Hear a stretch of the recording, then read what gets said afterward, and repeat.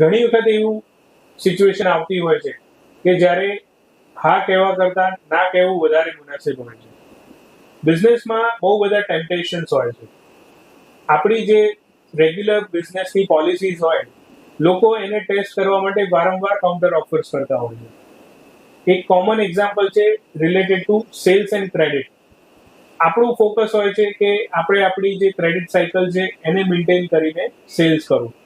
ક્યારેક એવું બનતું હોય છે કે કોઈક નવો બાયર આપણી પાસે આવે અને આપણને એવી ઓફર કરે કે તમારી જે 30 ડેઝની પેમેન્ટ સાયકલ છે એની જગ્યાએ 60 ડેઝની કરો તો હું તમારી રેગ્યુલર જે સેલ્સનું વોલ્યુમ છે એના કરતાં ઘણું વધારે એક સિંગલ શોટમાં પરચેસ કરીશ. પણ આ એક ટેમ્પટેશન છે. આપણને એવું લાગે કે આ કરવાથી મારું સેલ્સ કદાચ રાતોરાત બહુ બધું વધી જશે, પણ એના કારણે જે મારી ક્રેડિટ સાયકલ પર જે એની ઇમ્પેક્ટ આવશે એ આપણે કદાચ જોઈ નથી શકતા. અને એ ટાઈમે જો આપણે હિંમત કરીને ના કહી શકીએ તો બની શકે છે કે એ ઓર્ડર આપણા હાથમાંથી જતો રહે, પણ એ સાથે આપણે આપણા લોંગ ટર્મમાં કોઈ નુકસાન થવાનું હોય એનાથી બચી શકીએ છીએ.